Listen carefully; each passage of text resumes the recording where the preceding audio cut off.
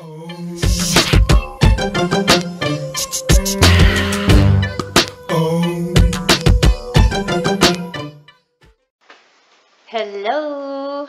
You know, if I could, I'd invite you over for one of my famous Daisy lattes. And since that's not possible to have you all over here, things get a little tight. I am just going to show you to the best of my abilities how to replicate the experience at home, okay? You need one of these devices, a stovetop screwy thingy, stovetop screw top espresso maker. Just a heads up, you want to get one that's stainless steel, not aluminum. Otherwise you'll lose your ability to talk. We had one for a few years and then I was getting forgetful, so I stopped. I traded in for the advanced model. Get this at any cooking specialty shop or Italian foods place. I think this one is called a triple shot. It has like the number 3 on the package. And that's what we want for the Daisy Breve experience. I use a locally, roasted coffee called Oso Negro, which is Spanish for the bear that is black. And Prince of Darkness, yeah, so any dark roast. Coffee will do. And when I go in there, I tell them to grind it for the screw top, screwy. I always say that. It's really quite immature. I don't know why I have to do the hand motion.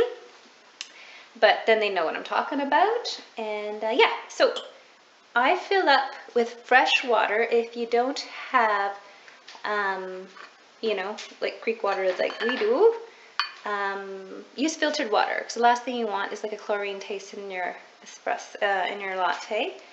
And what I do is I fill up the water. When you look, there's a little, like a screw just underneath the screw.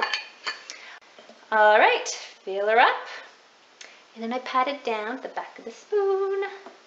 So it's nice and firm, just replicating the barista method. Screwy.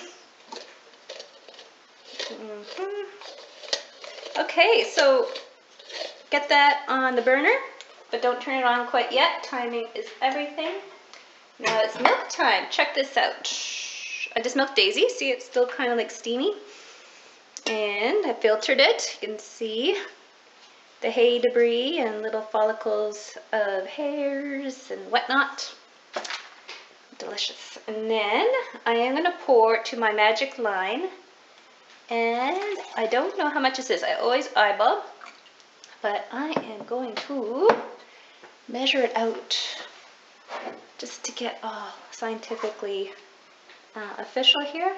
What was I going to say? Oh, this thing's awesome. And it fits nicely on the burner. So what I just poured in here was 1 cup. That's what I thought. So 1 cup. The heaviest milk you can get. If you can't get unpasteurized Dexter milk or Jersey cream. What I did pre-Daisy, which was pretty yummy, was, okay, now's when you turn on the fire at the same time. I would get organic, like table cream in like the 1 liter. Yeah, not very cost efficient, but what I would sometimes do is mix it like half and half. It was too heavy, like half the cream and half milk. I'm not even supposed to be drinking milk. Don't tell my naturopath. She gave me this big spiel about, okay, I want you to cut out beef and dairy. And I was like, I suppose now's a bad time to tell her we're getting a cow next week. Yeah, she was just like, why don't you get a goat instead? So, all the goat people, that's very healthy, but it's not going to be the same thing as a Daisy Breve. I'm sorry. Maybe it's fresh from the goat. So, we're just waiting for that to cook. So, in the morning, I usually take this time to go for a quick pee or turn on the internet. Do a little dance. I won't do that right now. I thought I might, but I'm not feeling moved to move that way right now. So any minute now, it's gonna go blah, blah, blah, blah, blah, blah, and I have some more superstitions to share with you once that happens. When this starts making noise, you know, that blah, blah, blah, blah, I look on the top of my milk. You do not want your milk too hot because then it'll taste burnt. So I'll just see around the edge of this thing, teeny tiny bubbles and kind of like a skim formation forming at the top. So what I do at that point, I turn off the fire. I only let this just for about 10 seconds, 20 at the most. Then I either take it off the fire, but if it's timing out like it should, we just turn off the fire and we let it rest for about 30 seconds to a minute, okay? Okay, we're playing pretend. Okay, let's say it rested for 30 seconds. What I do is I pour my espresso into my magic cup. And I read somewhere at some barista championship interview with this barista who won like some awesome little award. You do not want to wait longer than 20 seconds. This is really funny, but it sticks in my head every time I make it. Do not allow 20 minutes to pass by the time you pour your espresso into your cup and you add the milk. I don't know. I just follow that rule. And I have some pretty good results every time. Yes. Okay, well, my milk is totally ready.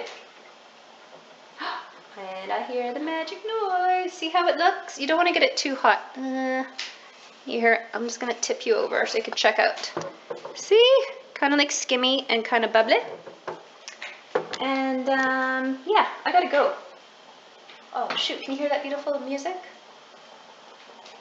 Okay, that's gonna happen for 10 seconds. Off, 30 seconds, pour, milk, and enjoy. And I always found I don't let my friends drink it for another couple of minutes because I find it's tastiest when it's just slightly cooler than hot, alright? And pretend this is my signing off music.